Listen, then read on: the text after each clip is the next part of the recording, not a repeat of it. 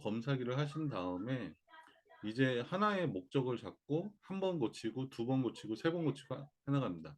처음에는 어, 문단의 구성이 잘 되어 있는지 볼 수도 있고 아니면은 문장을 더 길게 쓰는 거를 할 수도 있고 여러 가지를 할 수 있죠. 근데 내가 이번 태고할 때는 어떤 거를 정확히 볼 것인가를 먼저 정하셔야 됩니다. 저는 어떤 거를 제일 먼저 보냐면 문장이 좀 매끄럽지 않은 거를 첫 번째로 고칩니다. 그러니까 머릿속에 첫 번째 태고는 명확하지 않은 거를 좀 수려한 문장으로 고치는 거를 쭉 해줍니다. 그렇게 해서 한번 쭉 보면서 문장을 다 고친 다음에 그 다음에 뭘 하냐면 두 번째로는 문장을 좀 늘립니다. 늘릴 때는 늘리고 줄일 때는 줄이고 그래서 문단의 사이즈를 맞춥니다. 그렇게 해서 한 두 번 정도의 태고를 하고요. 그 다음에는 이제 문단의 위치를 바꿔서 흐름이 자연스럽게 연결되게 그렇게 하는 경우가 대부분입니다. 그래서 한 세 번 정도 하면 문장도 좀 저 밖에서 애들 떠드는 소리 계속 들리나요? 방에 가서 놀라 그럴까? 안 들리시나요? 저만 크게 들리나요? 어, 그렇게 해서 한 세 번 정도 하면 이제 길이도 어느 정도 맞고 문단의 흐름도 잘 맞고 글도 좀 깔끔해지고 그렇게 되죠. 이제 그때서부터는 또 이거를 좀 더 나은 문장으로 계속 고치게 됩니다. 그러면은 최소한 네 번은 태고를 해야 되는 거죠. 네 번을 태고하고 근데 네 번으로 안 끝납니다. 한 다섯 번, 여섯 번, 일곱 번 정도 해야 되지 않을까. 그러니까 책에 글을 쓰려면은 한 일곱 번 정도 해야지 글이 어느 정도 책으로 낼 수 있을 만한 수준이 된다라는 게 느껴집니다. 그냥 책이라는 게 우리가 뭐 블로그를 쓴다든지 아니면은 뭐 다른 SNS에 쓰는 글보다는 훨씬 더 퀄리티가 높아야 되는 거죠. 보시면 아실 겁니다. 책을 보시면 본인이 이제 좋아하시는 책들 보면 일반 SNS에서 보는 글하고는 완전 틀리죠. 그리고 우리 기대치도 다릅니다. 기대치가 어느 정도 다르냐면 맞춤법 틀린 게 몇 개만 나와도 이제 짜증이 나기 시작하죠. 책에서는. 근데 SNS 보면서 맞춤법 틀린다고 짜증나지 않거든요. 아, 제대로 못 봤나 보다 하고 당연하게 넘어가는데 책에서는 그런 게 없습니다. 독자들은 이 책이라는 건 엄청난 고질의 지적인 사람들이 만들어낸 어떤 오랜 기간에 걸친 하나의 작품이라고 생각하는 경향이 있어서 맞춤법이 몇 개만 틀려도 흐름을 깬다 막 그런 얘기를 하시죠. 어, 원래 감정을 잘 잡고 있었는데 맞춤법 때문에 흐름이 깨졌다. 출판사에서 좀 더 잘 봐줬으면 좋겠다 이런 얘기를 하시죠. 그만큼 어, 글을 보는 이제 수준이 높습니다, 독자들은. 그래서 책을 쓰실 분들은 좀 많이 다듬어야 되는구나. 그거는 좀 힘들지만 반대로 따지면 초고는 좀 못 써도 되겠구나 이렇게 생각할 수도 있습니다. 한 일곱 번 고칠 거니까 어차피. 그냥 초고에 그렇게 목숨을 걸고 하나 쓰는데 몇 시간 걸리고 이럴 필요는 없습니다. 그냥 빨리빨리 쓰시고 그 대신에 태고를 많이 하시면 됩니다. 그리고 이제 초고를 쓰다 보면 어떤 현상이 일어나냐면 어, 내 기준으로 많이 쓰게 됩니다. 내가 이런 사건을 겪었고, 내가 이런 느낌이 가졌고, 내가 이런 깨달음을 가졌다, 생겼다, 이렇게 쓰게 되거든요. 원래 사람은 다 자기중심적이니까.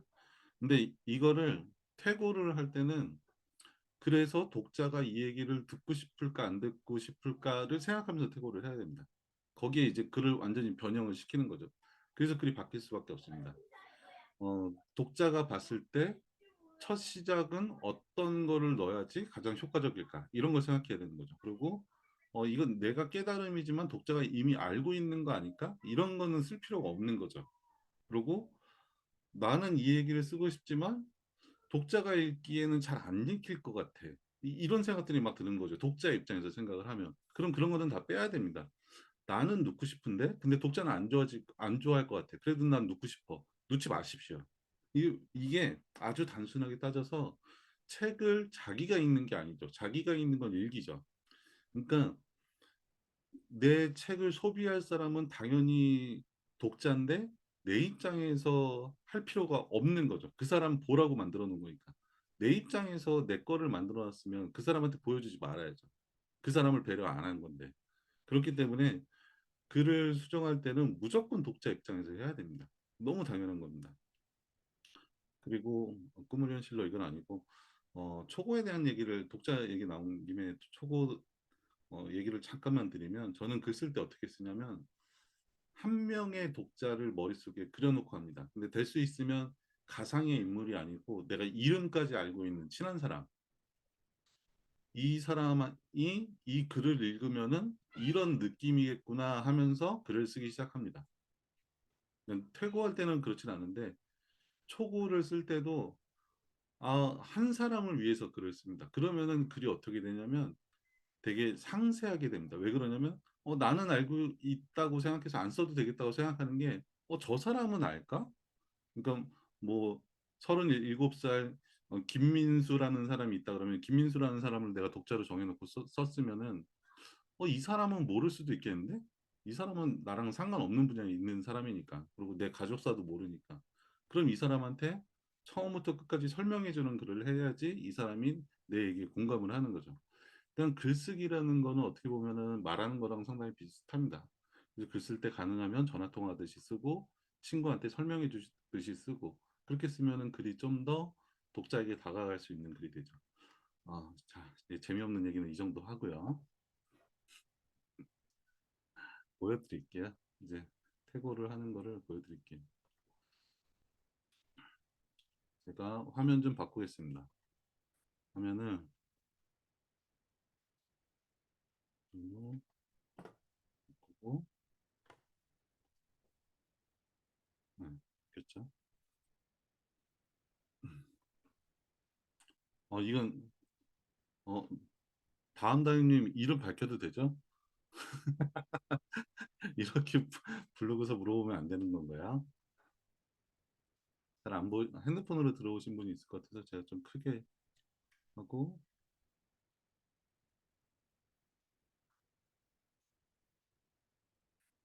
그러면 한 번 더, 이 정도 하면 보이겠죠. 어, 어, 일단 제목은 고쳐야겠죠. 뭐, 대충 읽어봤는데, 중독이라든지, 이라든지, 해야 될 게 뭐더라? 내용이 뭐더라?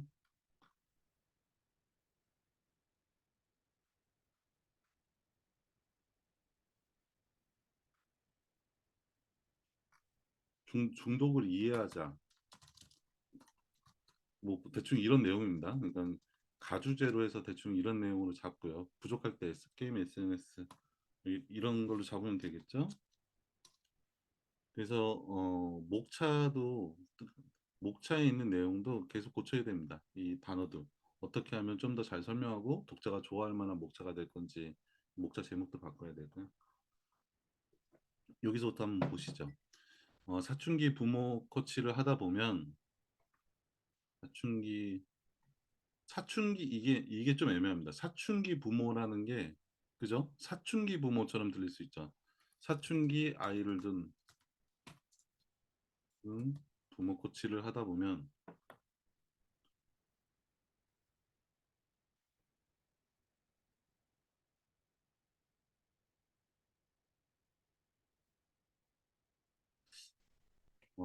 이런 거죠. 이제 하소연을 듣는 것 가장 많이 가장 많이 듣는 얘기가 그죠? 그렇게 쓸 수도 있죠. 여기서 좀 다르게 써볼까요?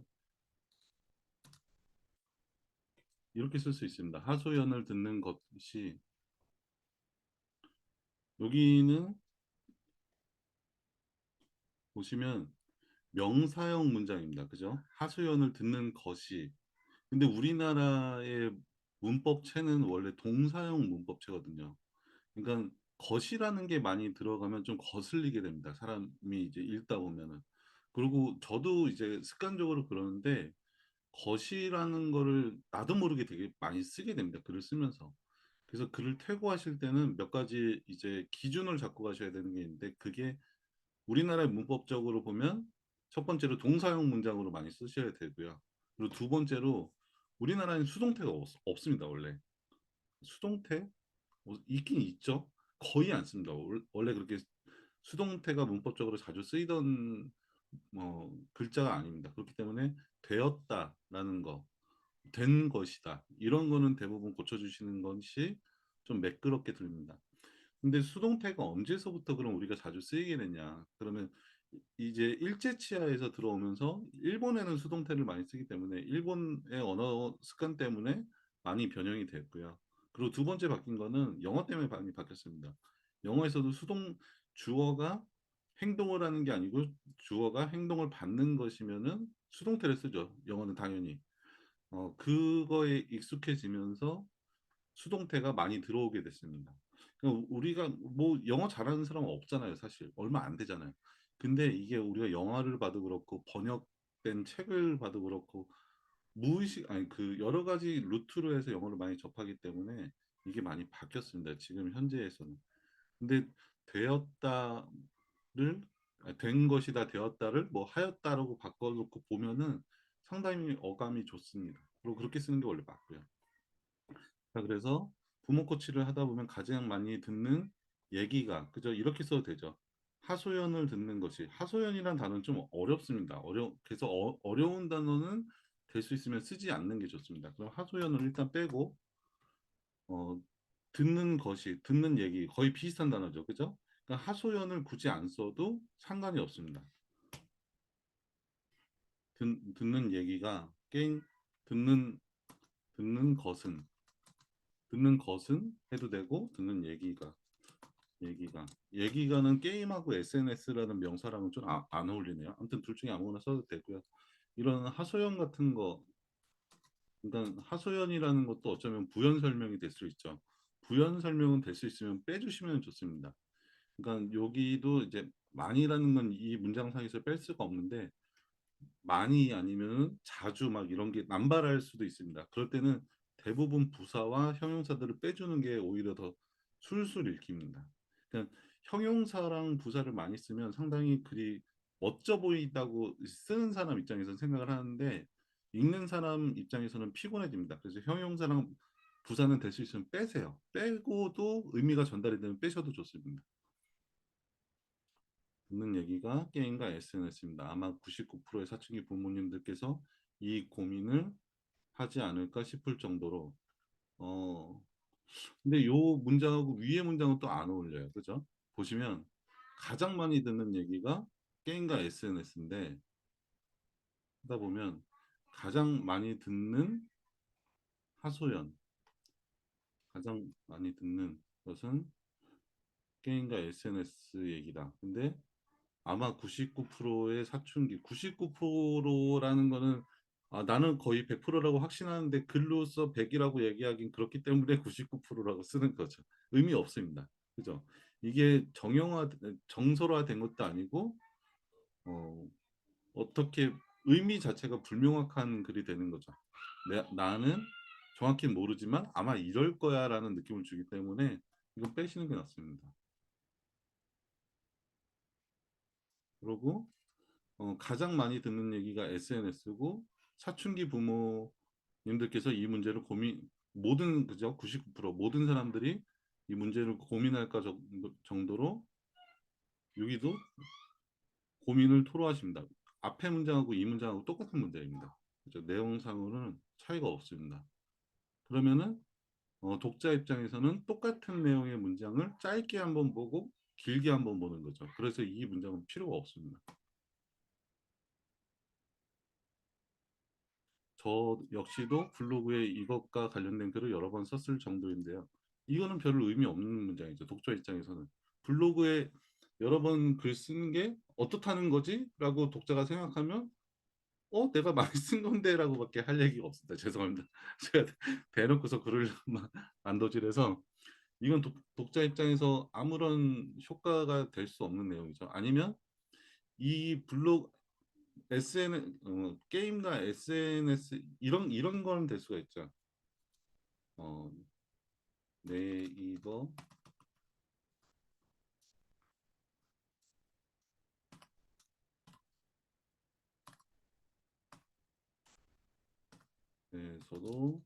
하는 것이 SNS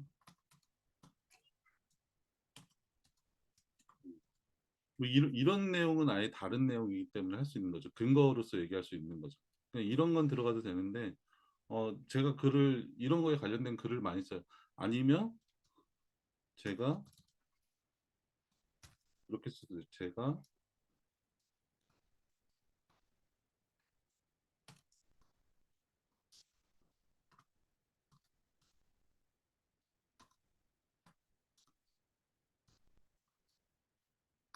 뭐 이렇게 쓸 수도 있는 거죠. 이렇게 하면 내용이 달라지는 거죠. 글을 많이 썼다는 거는 별 의미가 없지만 내가 상담을 많이 한다. 그러면 사람들이 와서 이 얘기를 하는 거니까 이런 내용으로 바꿀 수가 있습니다. 그 다음에 여기서부터 여기까지는 이제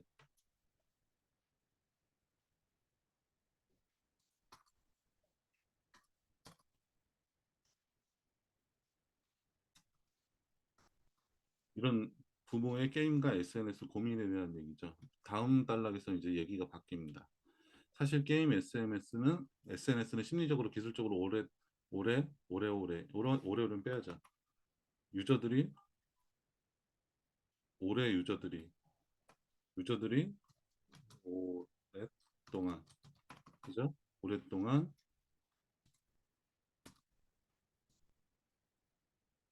원래 내용이 어떻게 돼 있었죠? 심리적 기술적으로 오래오래 유저들이 머무를 수밖에 없도록 오래오래 이게 낫죠? 오랫동안 유저들이 오랫동안이죠. 그죠? 주어가 기술적으로 그죠? 여기서 대충 내용이 하나 끝나는 거고요. 주어가 오랫동안 머무른다는 동사가 되는 거죠. 그래서 주어를 앞쪽에다 놔주는 게 좋습니다. 유저들이 오랫동안 머무를 수밖에 없도록 고안된 계산과 설계가 된 제품들입니다. 고도의 계산 필요 없습니다. 그러니까 형용사 부사는 지워주시면 됩니다.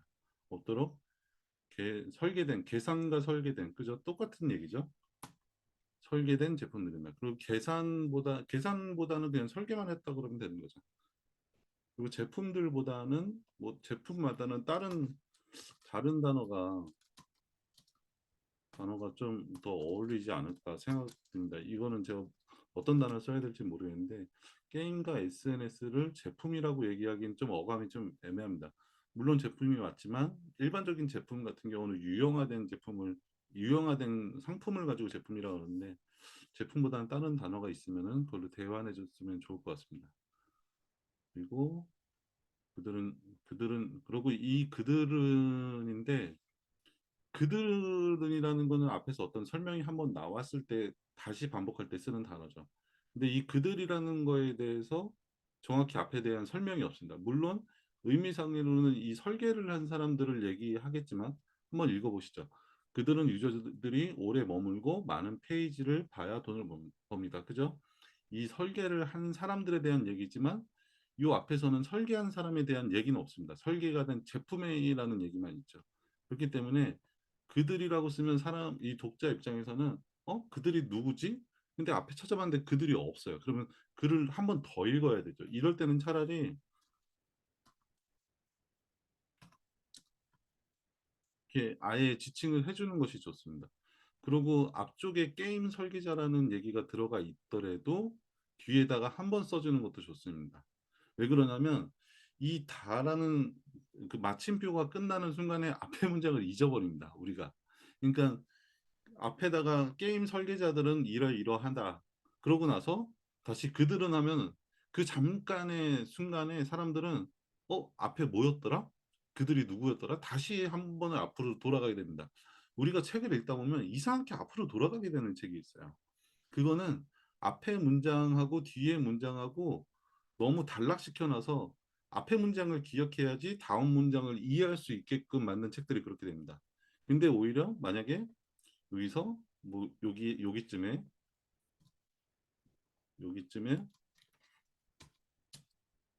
뭐 게임 설계자들이라는 단어가 들어갔다 그러세요. 그러면 여기서는 그들은이라고 쓸 수 있겠죠. 근데 이렇게 쓰는 것보다 앞에 비록 나왔다 그럴지라도 이렇게 쓰는 게 더 낫습니다.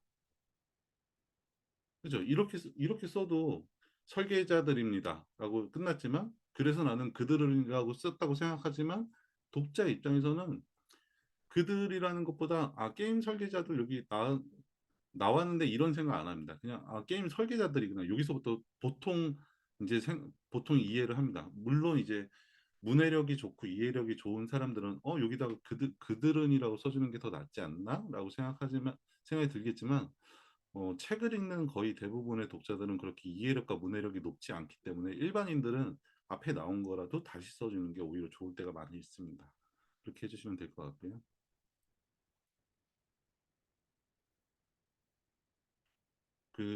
게임 설계자들은 유저들이 오래 머물고 많은 페이지를 봐야 돈을 법니다. 오래 머물러야, 그죠? 이렇게만 써도 되죠? 거의 비슷한 내용이죠. 뭐야? 오래 머물면은 많은 페이지라는 건 별로 의미가 없을 것 같아요. 그죠? 그리고 게임 SNS는 많은 페이지지만 게임은 또 많은 페이지가 아니죠. 그러니까 이게 게임 SNS를 총칭하고 있는 전문장에서 많은 페이지라는 것은 맞지 않고요. 이제 이런 식으로 바꿔야 되고 그래서 유저들의 취향 그리고 이거는 반복되는 거기 때문에 삭제하는 게 낫죠. 유저들의 취향, 아쉬움을 느끼는 포인트 매우 매우 치밀하게 계산합니다. 그리고 될 수 있으면 문장을 끊어주시는 게 좋습니다. 계산을 먼저 했죠, 그죠? 그리고 보시면 문장에 두 가지 내용이 들어가 있습니다. 계산을 한 다음에 포인트 등을 계산한 다음에 곳곳에 장치를 설치해 놓습니다. 그죠? 두 가지 다른 문장이 되죠. 근데 이거를 복문처럼 보이진 않지만 뜯어놓고 보면 복문이 되거든요. 그래서 이거를 될 수 있으면 짧게 자르는 것이 좋습니다. 계산하고 설치하고. 근데 그렇죠, 그렇죠. 그렇기에 SNS는 매우 쉽게 중독이 일어납니다. 그렇기에 게임이나 SNS는 매우 중독이 쉽게 일어난다. 문장이 좀 어색하죠. 어순이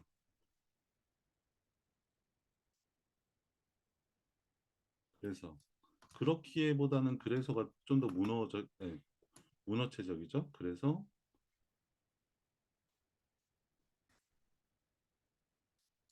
쉽게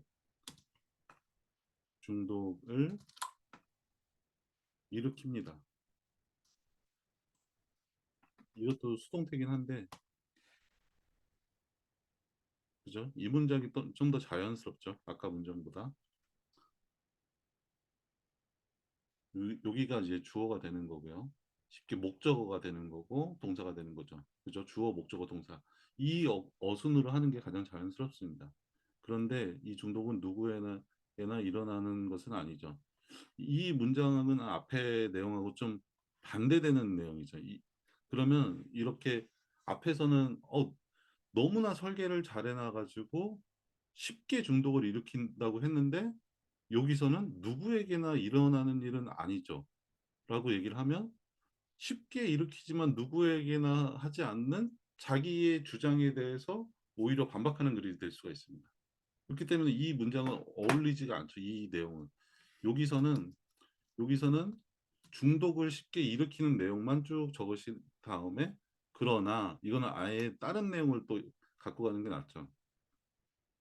여기에 이거를 꼭 여기다 써야 되면 이렇게 자르는 게 나을 겁니다. 그리고 팁을 하나 드리면 앞에 하나 들어가게 하려면 입력 여기 제가 이걸 보여드릴까요?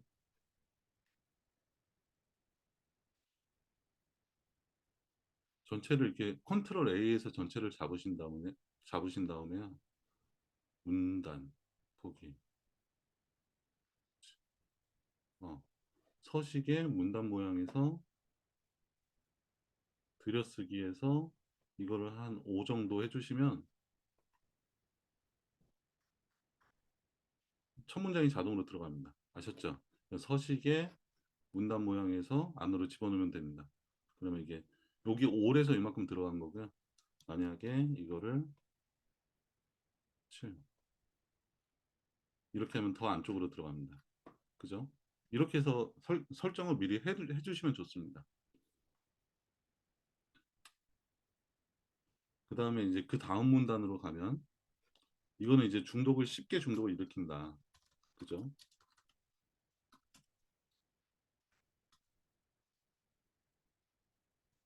근데 저는 이 문단에서 내용을 좀 더 추가했으면 좋겠는데, 그래서 아이들이 어떻게 되냐.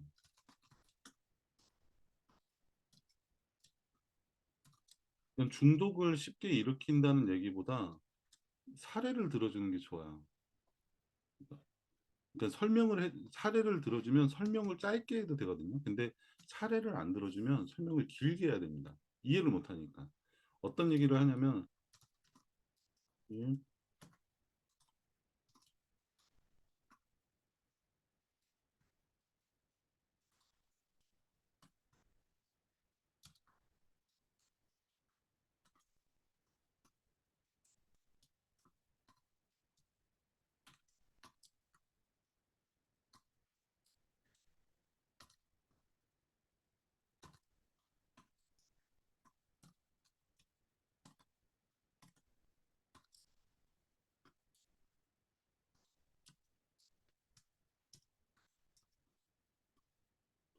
네, 좀 내용을 좀 써봤는데, 그러니까 여기서는 사실 SNS는 심리적, 기술적으로 유저들이 오랫동안 머무를 수밖에 없도록 설계가 된 제품들입니다. 게임 설계자들은 유저들이 오랫동안 머물러야 돈을 법니다. 그래서 유저들의 취향, 아쉬움을 느끼는 포인트 등을 매우 치밀하게 계산합니다. 그곳 곳곳에 장치를 설치해 놓습니다. 그래서 게임이나 SNS는 쉽게 중독을 일으킵니다. 이 문장하고 같은 내용을 어떻게 쓸 수가 있냐면, 빨간 문장을 보시면 어,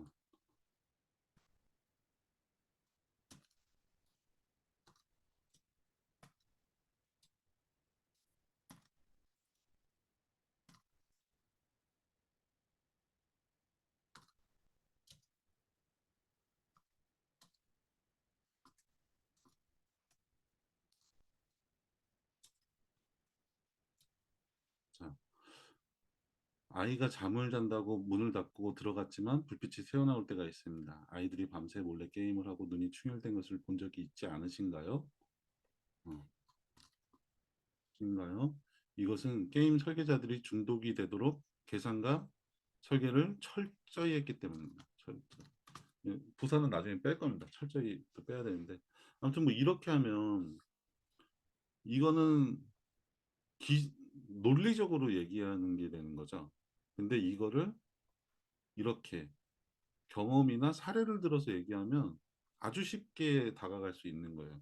우리가 김창호 교수 얘기하는 걸 좋아하는 이유는 뭐냐면 많은 설명을 하지 않습니다. 그 사람은 한 30분, 40분 동안 엄마 얘기하고 친구 얘기하고 뭐 누나 얘기 언니래. 큰일 났네요. 점점 여자가 돼가는 것 같습니다. 누나 얘기하고 그러면서 한 30분 동안 끌고 갑니다. 그리고 한 10분 동안 이론적인 그러니까 근거랑 주장들을 얘기하시죠. 아주 짧게. 근데 그게 임팩트가 있는 거죠. 왜 그러냐면 사례는 아주 쉽게 사람을 이해하게 합니다. 그죠? 비슷한 경험을 가지고 있으니까. 그냥 여기서도 뭐 방에 문을 닫고 들어가고 아니면 아이가 밤새 게임하다가 아침에 못 일어나고 이런 경험을 다 해보셨을 겁니다. 그죠? 어른들은. 그러면은 아 맞아 이거 게임하면 애들 중독돼 다 알고 있는 사실이죠. 그러면 이렇게 설명하는 것보다 이렇게 해서 논리적으로 설명하는 것보다 경험에다가 감정적으로 물어보는 게 훨씬 더 효과적인 거죠. 맞아 우리 딸도 그랬어 우리 아들도 그랬어 그죠? 그래서 이렇게 하는 것보다 이렇게 경험을 직접적으로 써주시는 게 좋습니다. 그리고 요거를 좀 더 늘렸을 수가 있죠. 그죠? 요거를 좀 늘렸으면은 이 문장하고는 맞지만 이거는 밤중 안에 밤에 걸린 거고 이거는 아침에 걸린 거니까 그죠?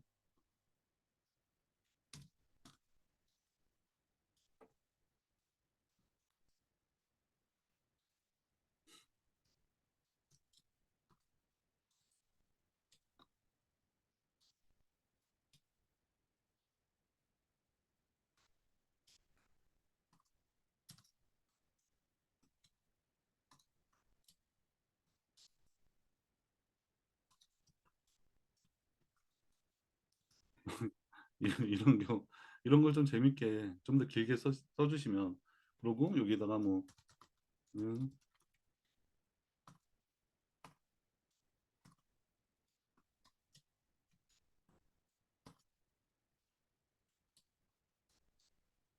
지 않겠다고 고 용서를 구합니다. 하지만 을 가지 않습니다. 이는 홀린 듯 다시 듯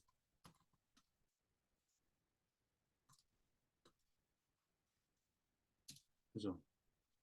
그 사례를 좀 더 길게 썼는데 눈이 충혈된 걸 보신 적이 있지 않나요? 어, 보, 아이 핸드폰을 보면 배터리가 없다. 그래서 엄마는 화가 나서 소리 지르고 아이는 용서를 구하고 하지만 며칠이 가지 않아서 아이는 다시 게임을 한다. 이것은 중독 때문입니다. 아니면 이것은 게임 설계자들이 중독이 되도록 치밀한 설계를 했기 때문입니다. 뭐 이런 식으로 이렇게 하면은 이 내용과 이 내용인가 말하고자 하는 내용은 거의 비슷하죠. 그죠? 하지만 이걸 풀어주는 방식이 다른 거죠. 이렇게 쓰시면은 좀 더 독자한테 좀 더 쉽게 다가갈 수 있는 글이 되는 거죠. 그래서 어떤 걸 설명할 때 이론적인 설명을 하는 거는 독자가 재미가 없습니다. 읽다 보면 계속적으로. 그러니까 그런 얘기 있잖아요. 아니 재미도 없고 감동도 없고 이걸 왜 얘기하는 거야? 말할 때도 이런 얘기 하잖아요. 근데 글도 그렇습니다. 그러니까 재미가 있던지 감동이 있어야지 교훈만 있으면 재미가 없습니다. 재미가 없는 게 아니고 재미가 없는 거죠. 읽기 힘든 거죠. 독자 입장에서는. 그렇기 때문에 재밌게 쓰거나 감동적으로 쓰려면 어떻게 써야 되냐면 경험을 써야 됩니다. 실제적인 사례. 그리고 그 경험도 가능하면 읽는 독자가 겪어봤을 만한 경험을 써주는 게 좋습니다. 내가 비슷한 경험을 해야지 똑같이 느낄 수가 있으니까요. 거기서 이제 공감의 부분이 시작이 되는 거죠. 네, 그렇습니다. 중독이 쉽게 일으킨다라는 내용이었습니다. 여기까지. 그죠? 이거는 그러면은 지워버려야 되겠죠.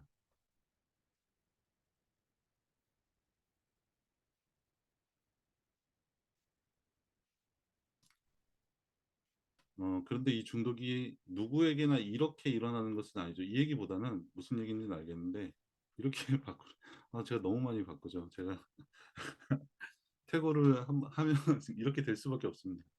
그러니까 다른 분들 글도 이제 봐드리면은 거의 다 빨간 줄이 갈 수밖에 없습니다.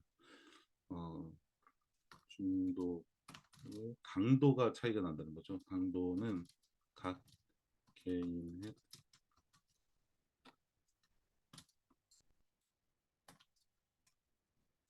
이 내용이죠. 그죠? 이게 애매한 문장입니다. 누구에게나 불특정 다수가 돼버리고 이렇게라는 것도 이렇게가 어떻게라는 어떤 내용인지 잘 모르겠습니다. 그죠? 이렇게 일어난다는 게 어떻게 일어난다는 거지? 요 문장에서 설명이 안 되는 거죠. 그렇기 때문에 중독의 강도는 각 개인에 따라 차이가 있을 수 있습니다. 각 개인이 아니고 아이에 따라, 각 개인에 따라. 자, 이런 것도 이제 또 퇴고하면서 또 바꾸는 거예요. 아이에 따라.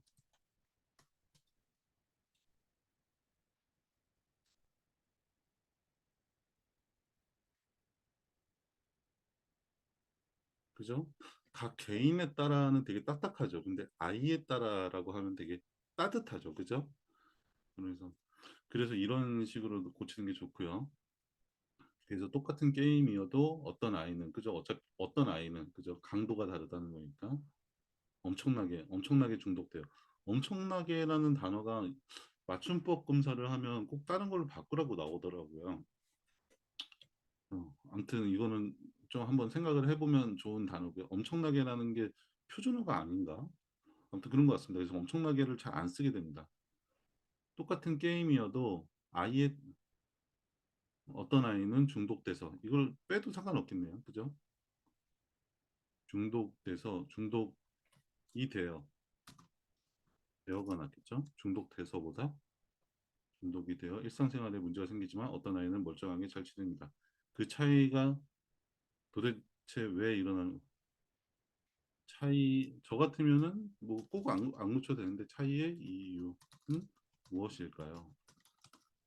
요라고 쓰 있습니다. 이게 좀 더 자연스러울 것 같습니다. 도대체 왜 일어나는 것일까요? 보다는 이유는 무엇일까요가 더 깔끔하죠. 문장도 짧고 그죠? 네. 차이 그죠? 이게 더 나을 것 같습니다. 이제 이런 식으로 바꾸고요. 아 이거 시간이 너무 많이 가는데요. 원래 두 개를 하라 그랬는데 두 개를 못 하겠는데요. 대충 이제 빨리 좀 하겠습니다. 빨리 넘어가겠습니다. 기억해야 할 것은 그죠? 할 것은 할 사실은도 사실이란 단어도 없어도 되죠.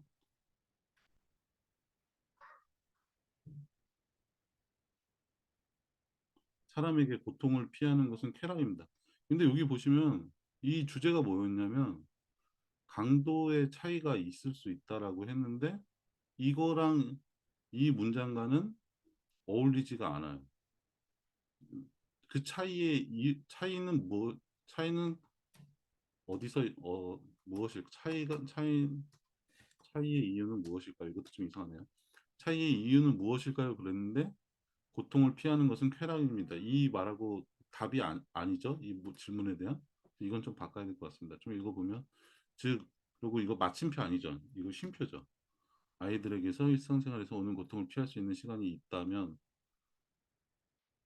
아이들에게 일상생활에서 오는 고통을 피할 수 있는 시간이 있다면 이거 말이 좀 어색하죠? 그죠? 그 시간은 즐거움이 가득한 시간이 된다는 의미죠. 갑- 어, 이거는 일단 입니다가 낫겠습니다. 앞쪽에 계속 입니다가 나왔으니까. 문장이 상당히 어색합니다. 이거는 그죠? 고통을 피할 수 있는 시간이 있으면 그 시간은 즐거움이 가득한 시간이 된다는 의미입니다. 아이는 고통을 피할 시간이 필요합니다. 좀 따뜻하죠? 그죠? 이 문장을 대체하는 거죠. 그리고 그 시간은 즐거움이 가득한 시간이 된다는 이게 어색합니다. 그 시간이 아이에겐 즐거 시간입니다. 라고 하는 게 낫겠죠. 그죠? 지금 하나의 문장을 고쳤는데 즉 아이에게 일상생활에서 오는 고통을 피할 수 있는 시간이 있다면 이거 상당히 어려운 문장이죠. 그죠? 이걸 어떻게 바꾸냐면 아이는 고통을 피할 시간이 필요합니다. 그리고 즐거움이 가득한 시간이 된다는 의미입니다보다 그 시간이 아이에겐 즐거운 시간입니다. 시간이 됩니다라고 할 수도 있겠죠. 그리고 피곤해 죽을 것 같아 침대에 누웠어요. 그런데 침대가 뾰족뾰족한 가시들이 나 있는 거죠. 우리는 피곤해 죽을 것 같아도 너무 힘이 들어도 차라리 일어서 있는 것을 선택할 겁니다. 왜냐하면 뾰족한 가시에 찔리는 고통보다는 조금 피곤한 게 나을 테니까요. 이처럼 고통을 피하는 것만으로도 우리는 즐거워할 수 있습니다.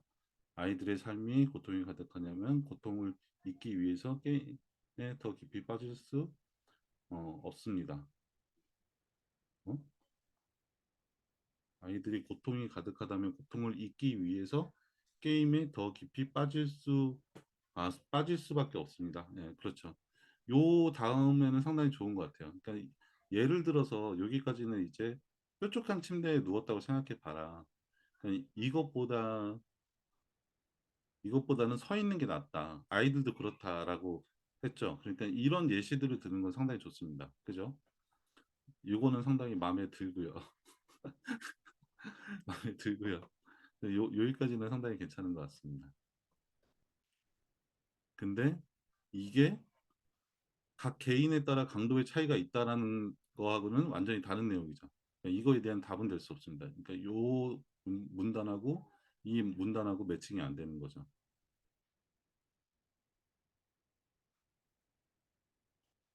사실 모든 사춘기 아이들이 비슷한 스트레스 상황일 수도 있습니다.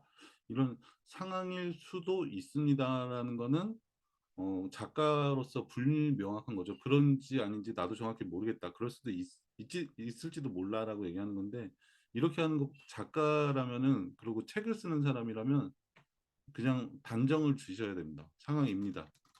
상황입니다라고 저는 잘 모르겠네요. 모르겠는데요. 그러시면 안 쓰는 게 낫습니다.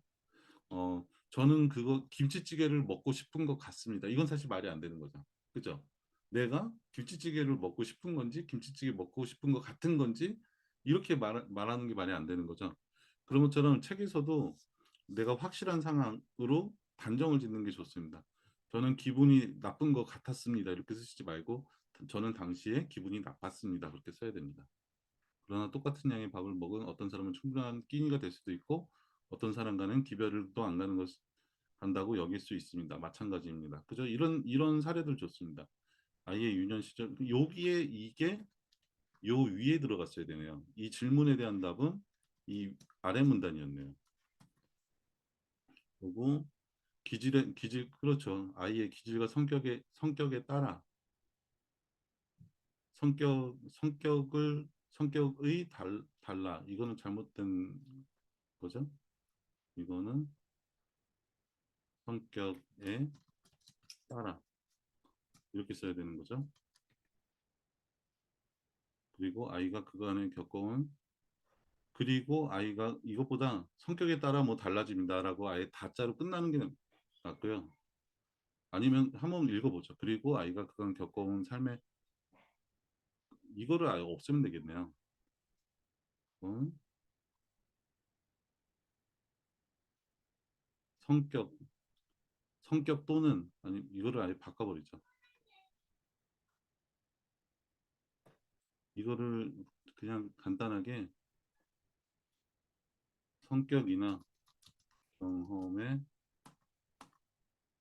따라 그죠? 이렇게 하면 간단하게 되죠. 그러니까 아이가 그간 겪어온 삶에 따라를 어떻게 썼냐면 경험에 따라 아주 간단한 한 단어로 쓸 수 있는 거죠. 그러니까 이거를 될 수 있으면 줄여 쓰는 게 좋습니다. 그러니까 어, 아, 줄여 쓰는 거랑 늘려 쓰는 건 다른 거죠. 이제 디테일하게 묘사를 하되 불필요한 단어들은 다 잘라줘야 됩니다. 그래서 부사를 삭제해야 되고 형용사를 삭제해야 되는 거고요. 누군가에게는 죽을 수 있는 고통이 되기도 합니다. 결국 사람마다 스트레스를 견디는 힘을 가지고 있다는 이유와 이게 왜 이렇게 문제가 어렵죠? 결국 사람마다 다른 스트레스를 견디는 힘을 가지고 있다는 이유와 함께 아이들의 신체적 발달 특징과 안정화를 하는 신경 물질이 적게 나오는 관계로 아이들은 상당히 더 쉽게 무슨 문장인지 못 알아듣겠습니다. 그죠? 이게 일단 너무 길어요. 이거를 결국 사람 이렇게 쓸 수 있죠. 사람에 따라 스트레스를 견디는 힘은 다릅니다. 그죠? 가지고 있다는 이유와 여기까지 쓴 거죠. 지금 바꿔서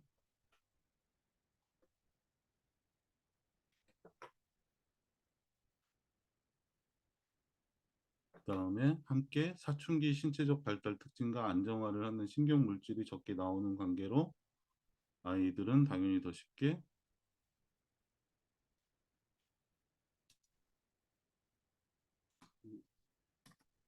또는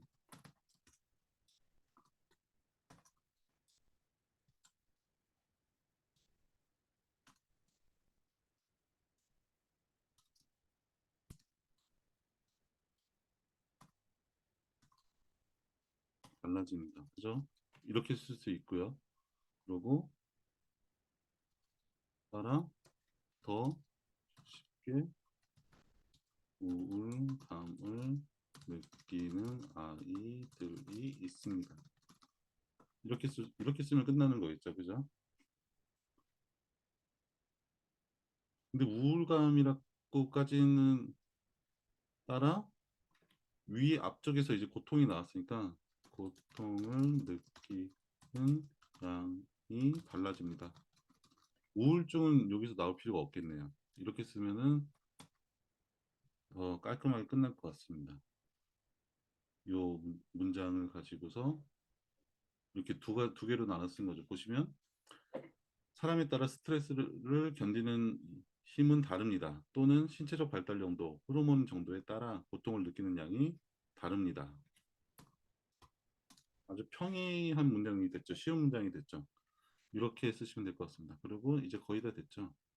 그리고 이거는 지금 시간 관계상 이제 이렇게 해서 대충 고쳤습니다. 고쳤는데 이제 전반적으로 한번 볼게요. 그러면 내용이 어떻게 되냐면 사춘기 부모들의 고민이 있었는데 내용을 한번 보세요. 사춘기 아이를 둔 부모 코치를 하다 보면 가장 많이 듣는 얘기는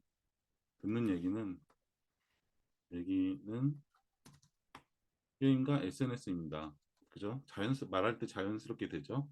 네이버 실시간 검색어에서도 많이 보이는 것이 게임과 SNS입니다. 이건 사실인지 아닌지 모릅니다. 그냥 지금 퇴고하는 거 보여드리려고 그냥 쓴 거고요. 이거는 제가 만약에 근거가 없는 거니까 사실 이렇게 쓰면 안 되죠. 그래서 여기서는 그냥 평이한 문장이죠. 그죠? 나는 상담을 하는 사람인데 아이들이 SNS랑 게임에 중독이 때문에 힘들다고 부모님들이 많이 얘기하신다. 별로 재밌는 문장이 아니죠. 저 같으면 어떻게 할 거냐면 이거를 위로 올릴 겁니다. 아예. 그럼 시작이 어떻게 되냐면 아이들이 밤새 몰래 게임을 하고 눈이 충혈된 것을 본 적이 있지 않으세요?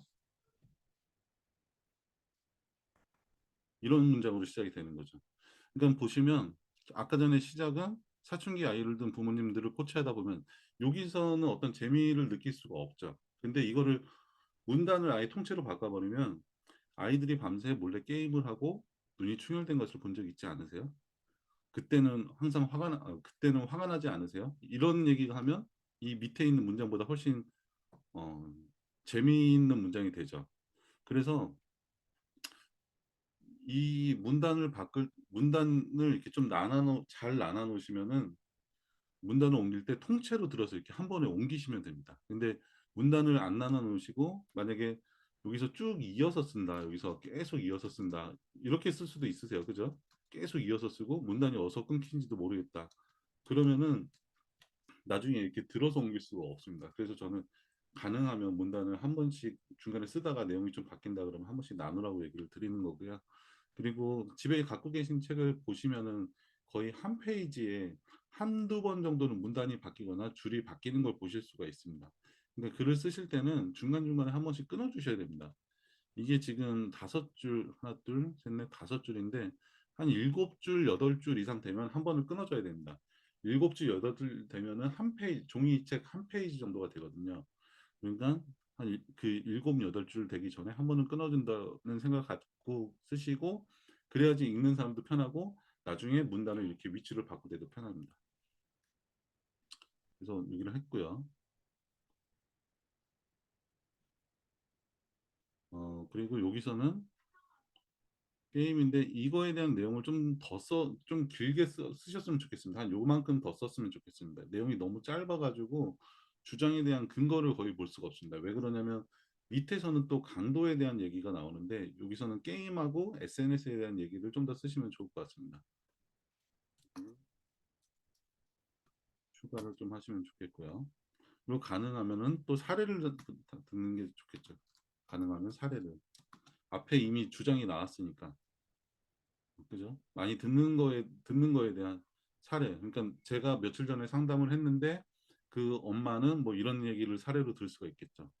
그 다음에 이제 강도가 달라진다. 아이에 따라 강도가 다르다. 그거는 왜 그러냐면 뭐가 그렇게 고통이냐고 묻는 부모님도 계실 겁니다. 네, 이거는 별로 필요 없는 문제인 것 같습니다. 필요 없는 것 같고 사실도 별로 필요 없죠. 그죠? 이런 단어 자체가 별로 필요 없습니다. 모든이라고도 모든은 상당히 위험합니다. 왜 그러냐면 100%라는 거거든요. 모든이란 단어는. 그렇기 때문에 책에서는 될 수 있으면 안 쓰시는 게 좋습니다.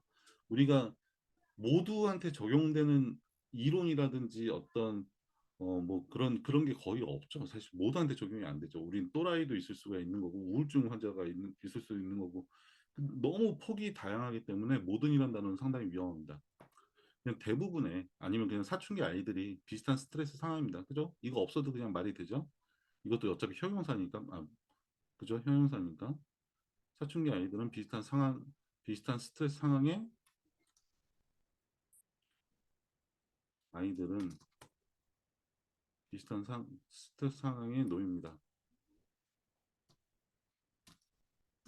있습니다. 하지만 뭐 그런 나라 써도 상관없습니다. 하지만 이 사례는 좀 다음에 나왔으면 좋겠고,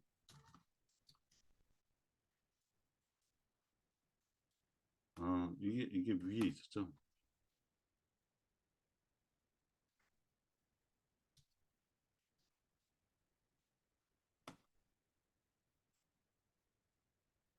그냥 이거 두면 될 것 같습니다. 그죠? 이렇게 해서 여기다 두고, 자, 내용을 보시면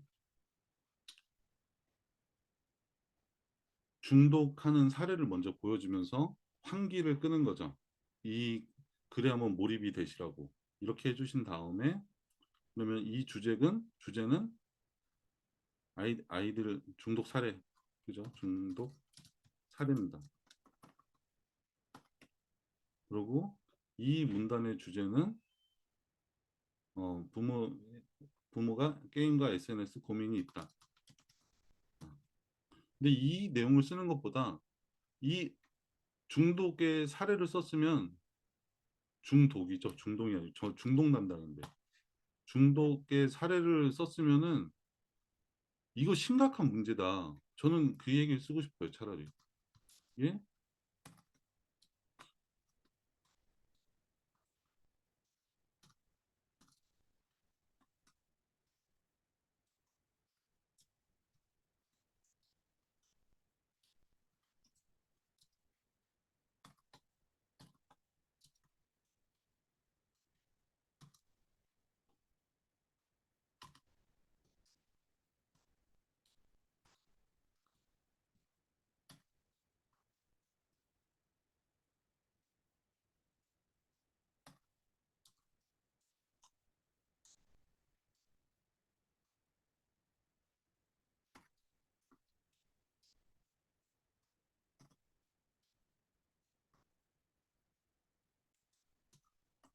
이 얘기를 하고 싶어요.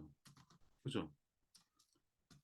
그러니까 중독의 사례를 썼는데 갑자기 엄마의 입장으로 넘어갔어요.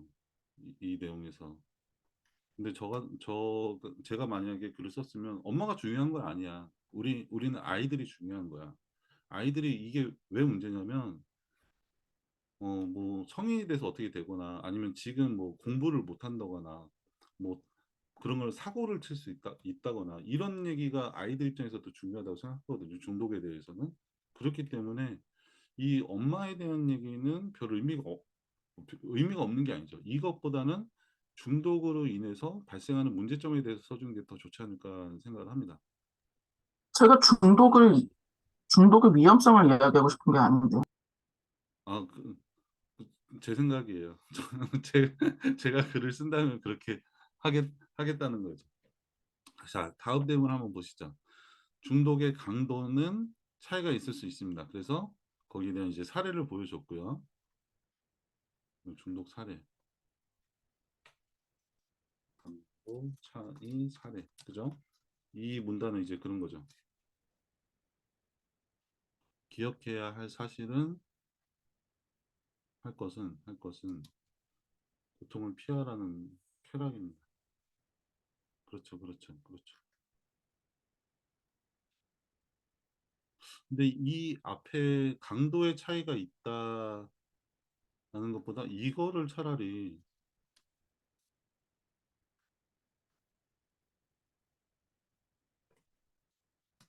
이렇게 문단 구성을 하면 어떨까라는 생각이 하거든요. 이게 좀 더 읽어봐야 될 것 같긴 한데 이 처음에는 중독에 대한 사례, 그죠? 이걸로 들어간 다음에 이게 심각한 문제입니다. 라고 얘기를 하고 심각한 문제가 뭐냐면 해결책인가 이거는? 이거는 해결책인가? 아무튼 뭐 이렇게 바꿀 수가 있습니다. 뭐 지금 완성된 글을 쓰는 건 아니니까 문단을 통째로 들어가지고 이런 식으로 옮길 수 있다는 거 정도만 아시면 될 것 같고요. 그리고 여기서부터는 이제 부모와 게임에 대한 고민이 있고, 그리고 강도의 차이가 있고, 그 강도에 대한 내용이 나옵니다. 이거는 지금 이제 시간이 없어서 못 보고요. 대충 이렇게 봤는데 원래 하나를 더 하려고 그랬는데 일단 여기서 마치겠습니다. 다른 글은 지금 볼 시간이 없고요. 이게 다음당님의 글이 이게 지금 에세이가 아니다 보니까 이게 논리적인 글이잖아요. 심리 상담에 대한 글이기 때문에 상당히 어려운 글이죠. 일반 에세이보다는.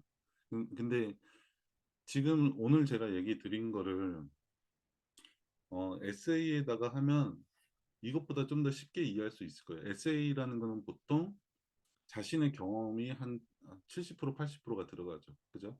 거기다가 이제 감정도 들어가고 쉽게 읽힐 수 있는 글이 에세이니까. 그리고 밑에 조금 이제 깨달음이라든지 뭐 삶의 변화 같은 게 좀 들어가는 정도니까 이 글은 좀 어려워서 오늘 좀 힘드셨을 거고요. 에세이 같은 경우는 이런 식으로 한번 봐보셨으면 좋겠습니다. 어, 오늘 특히 보실 수 있었던 거는 이렇게 위치를 바꿀 수 있다는 거 쓴 다음에 태고에서 지금 위치가 다 바뀌었죠. 그죠? 거의 대부분 다 바뀌었죠. 이렇게 해서 바꿔 놓으시면은 똑같은 글이라도 위치만 바꾸는 것으로 좀 더 잘 읽힐 수 있고 오히려 좀 더 좋은 글이 될 수가 있습니다. 그러니까 그 위치를 고수하지 마세요. 그리고 제가 책 한 권 태고를 할 때는 어떻게 하냐면 하나의 꼭지를 들어서 아예 앞으로 보내거나 아예 뒤로 보낼 수도 있고요. 아니면 꼭지의 반을 들어가지고 딴 데로 보내기도 합니다. 아니면 한 문단만 들어서 이 글내에서 바꾸는 게 아니고 아예 다른 글에다 집어넣기도 합니다. 그래서 이 문단을 이렇게 나누면서 글 쓰시는 연습을 계속 하셨으면 좋겠고요. 그게 좀 익숙해지면 나중에 글을 편집할 때, 교정할 때 상당히 편합니다. 통째로 들어서 옮기면 되니까요. 그리고 아까 처음에 얘기 드렸던 것처럼 제가 지금 이제 글 태고하는 걸 보여드리면서 문장을 고치기도 했고요. 그죠? 처음에는 이제 문장을 고쳤죠. 그 다음에 문단을 이제 위치를 바꾼 거는 그 다음이었죠. 어, 이걸 문장을 먼저 고친 이유는 뭐냐면 일단 처음부터 끝까지 한 번을 읽어봐야지 위치 교정이 되는 거죠. 그러니까 처음에 딱 안 읽어본 상태에서 처음 읽어볼 때 할 수 있는 거는 그냥 세밀하게 있는 것 중에 하나를 고치는 겁니다. 그러니까 문장의 단어를 고친다든지 아니면 문장 전체를 고친다든지 더 필요한 내용이 있으면 넣는다든지 이런 걸 할 수가 있죠. 근데 이걸 하면서 다시 태고를 다 하고 한번 쭉 전체적으로 봤더니 문단의 구성이 안 맞는 것 같아. 그러면 이제 그때 바꿀 수가 있는 거죠. 그렇기 때문에 문단을 들어서 바꾸는 건 좀 나중에 바꾸셔야 되고요. 우선 먼저 하셔야 되는 거는 매끄럽게 문장을 만드는 거. 그러고 이제 내용을 좀 더 길게 쓰시고 어떤 부분에서는 짧게 쓰시고 그렇게 하시는 게 좋습니다. 대부분의 글은 양이 좀 부족하세요. 그러니까 물론 이제 말이 많으신 분들은 오히려 글을 더 길게 쓰시는 게 있는데 보통 글을 많이 힘들어하시는 이유 중에 하나가 긴 글 쓰는 걸 너무 힘들어하시죠, 그죠? 그래서 묘사하는 거는 길게 하시면 되고 제가 아까 전에 문장을 계속 자르고 단어들을 빼고 그랬었는데 그건 뭐냐면 어, 길게 써야 하지만 길게 쓰려고 불필요한 단어들이 있으면 안 됩니다. 그러니까 형용사, 부사 같은 건 계속 삭제를 해야 되고요. 내가 5문장으로 설명할 수 있는 두 단어로 설명할 수 있는 거를 5단어로 써놨다. 그러면 2단어로 당연히 줄여야죠. 그래야지 독자가 이해하기 편할 테니까. 그러니까 이런 줄이는 거는 이제 불필요한 단어들을 계속 줄이는 거고 디테일한 설명은 계속 늘려가야 됩니다. 그렇게 하면서 퇴고를 하시면 됩니다. 아, 오늘 힘들었습니다. 이렇게 어려운 글일 줄 몰랐는데 글이 글 자체가 너무 주제도 어렵고 내용도 어렵고 이게 에세이도 아니고 그래서 다음 주에는 그냥 우리가 쉽게 접할 수 있는 에세이 가지고서 이런 작업을 할 거고요. 그리고 음, 제가 며칠 전부터 해서 다음 다행님하고 다른 분들한테 글 좀 달라고 퇴고할 때 이거 강의할 때 보여드린다고 글 달라 그래서 받았는데 오늘 강의 들으신 분들 중에 제가 이렇게 한 것처럼 제 글도 좀 바꿔주세요 하시는 분은 보내주세요. 그럼 제가 수요일 날 이렇게 해서 강의를 앞으로는 기본적으로 기본 강의는 이렇게 수정하는 강의를 몇 달 동안 계속 해보려고 합니다. 몇 달이나 할지는 모르겠지만 이걸 계속 보면서 아, 내 글을 이렇게 수정해야 되겠구나라는 걸 아는 게 중요할 것 같아서 계속 하려고 그러고요. 그리고 글을 보내주셔도 익명으로 해달라 그러면 익명으로 당연히 해드리고요. 제 이름은 꼭 밝히고 싶어요. 제가 글을 잘 써가지고 이름 밝히고 싶어요. 하시는 분은 이름 밝히고요. 그냥 그런 건 걱정 안 하셔도 되고 글 한번 손봤으면 좋겠다는 글 있으면 저한테 보내주세요. 뭐 전화번호는 다 아실 거고요. 모르시는 분은 물어보시면 되고. 그리고 질문이 있으시네요. 논문 같은 글과 부드럽고 흘러가는 듯한 글의 근본적인 차이는 뭘까요? 어, 사례죠, 사례. 그러니까 논문 같은 이론적인 글, 그러니까 자기계발서 중에 상당히 이론적인 걸 많이 설명하는 책들이 있죠. 그, 그런 책들을 어떻게 비교해 보시면 좋냐면 미국 책하고 한국 책하고 좀 그렇습니다. 미국 책은 아니 이 한 문장을 설명하기 위해서 사례를 세 개를 썼어? 이렇게 상당히 길게 설명합니다. 그래서 400페이지, 500페이지 가는 책도 많고요. 근데 우리나라의 자기계발서들은 설명이 없습니다. 좀 이론만 그냥 딱 집어넣고 뭐 어떻게 된다는 거, 실제 어떻게 된다는 거 이런 내용 좀 없습니다. 그러니까 그런 책들은 이제 좀 재미가 없죠. 그냥 아 되게 똑똑해 보여. 근데 저자가 하는 얘기가 재밌지는 않아라고 되는 거죠. 그래서 사례를 얼마나 디테일하게 하고 공감을 끌어낼 수 있냐가 부드럽게 만드는 첫 번째 요소입니다. 그리고 사례를 빼놓고 그냥 이론적인 설명만 뚝뚝뚝 해놓으면 뭔 말인지도 잘 못 알아들어요. 이론적인 설명만 해놓으면 아무리 봐도 몇 번을 봐야지 이게 이해가 되고 이해하기가 쉽지가 않습니다. 그래서 그 내가 이러이러한 관념들이 있다, 이러이러한 주장이 있다 그러면 그거에 대한 사례를 꼭 들어서 보여주셔야 됩니다. 그래야지 이해하기가 쉽습니다. 그리고 우리가 항상 좋다고 얘기하는 책은 술술 읽히는 책이죠. 제가 좋아하는 책 중에 하나가 당신이 옳다라는 정혜신 작가님이 쓰신 책인데 되게 따뜻하죠. 그 되게 따뜻하죠. 사례가 계속 나옵니다. 뭐 이렇게 하세요, 저렇게 하세요 별로 없어요. 심리학 책인데도 이렇게 하세요, 저렇게 하는 거 없어요. 그냥 이럴 수 있습니다. 저럴 수 있습니다. 너무 그렇게 뭐 심각하게 받아들이지 마세요. 공감 그냥 들어주면 되는 거지 그 사람 마음에 따라가는 게 공감이 아닙니다. 그렇게 하지 마세요. 그냥 편하게 들으세요. 이렇게 편하게 하라는 얘기를 계속하죠. 이론적인 설명을 하는 게 아니고 이러면은 이제 책이 부드러워집니다. 사례를 계속 들으면서. 근데 교과서에 뭐 심리학 교과서 같은 거 보시면 뻔히 그런 거 있잖아요. 뭐 감정의 노동을 통해서 그 사람하고 주파수를 맞추고 주파수를 맞추기 위해서는 얘기를 잘 들어야 된다. 이런 얘기하면 딱딱한 얘기하면 재미가 없는 책이 되는 거죠. 부드러운 책이 안 되는 거죠. 근데 자기가 주파수를 맞추기 위해서 나는 귀를 갖다 대고 몸도 움직이지 않고 가만히 듣고만 있었다. 그러자 상담자가 얘기를 하기 시작했다. 이렇게 하면 이미 벌써 부드러운 문체가 되는 거죠. 사례를 이렇게 부드럽게 얘기를 해주면 그런 차이가 있는 거죠. 그렇습니다.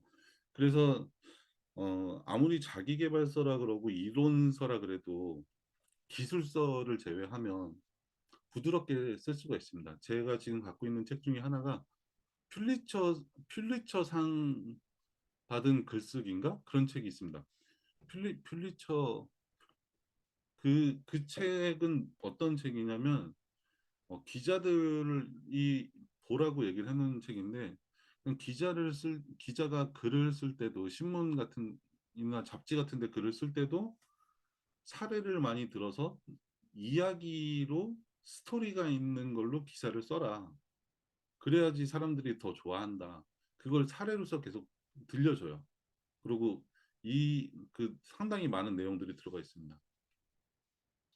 그래서 그런 이론서나 자기계발서도 사례가 안 들어갈 필요가 없는 거죠.